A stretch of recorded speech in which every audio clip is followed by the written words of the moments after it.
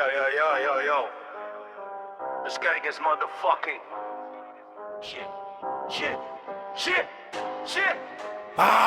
Tingnan mo ang katotohanan, buksan ang inyong mata. May taong inosente na ngayon ay nakakulong pa.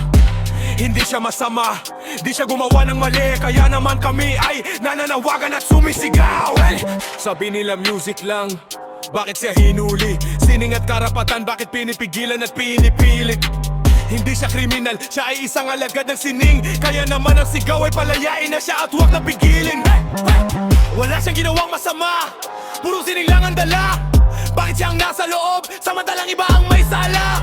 Gising na ang diwa, laban para sa tama. Palayain yung si Hebabi, yan ang sigaw ng madla. Tama na ang daya, tapusin ang gulo. Ibalik sa amin ang ating idolo.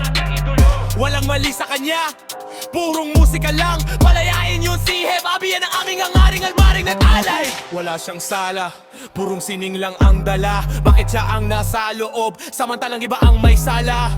Gising na ang diwa, laban para sa tama. Palayain yung si Hebabi, yan ang sigaw ng madla. Wala siyang sala, purong sining lang ang dala. Bakit siya ang nasa loob, samantalang iba ang may sala? Gising na ang diwa, laban para sa tama. Palayain yung si Hebabi, yan ang sigaw ng madla. Isang pluma at mic, hindi sandata.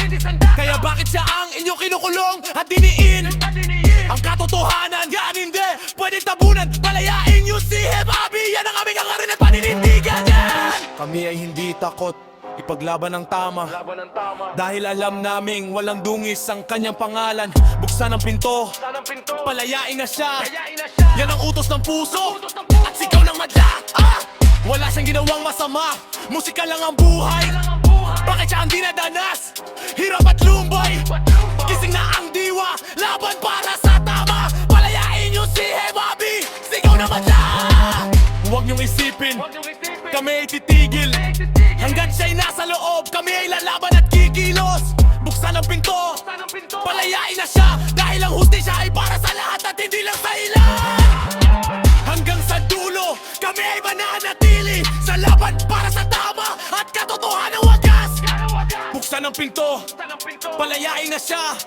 Yan ang utos ng puso at sigaw ng madla.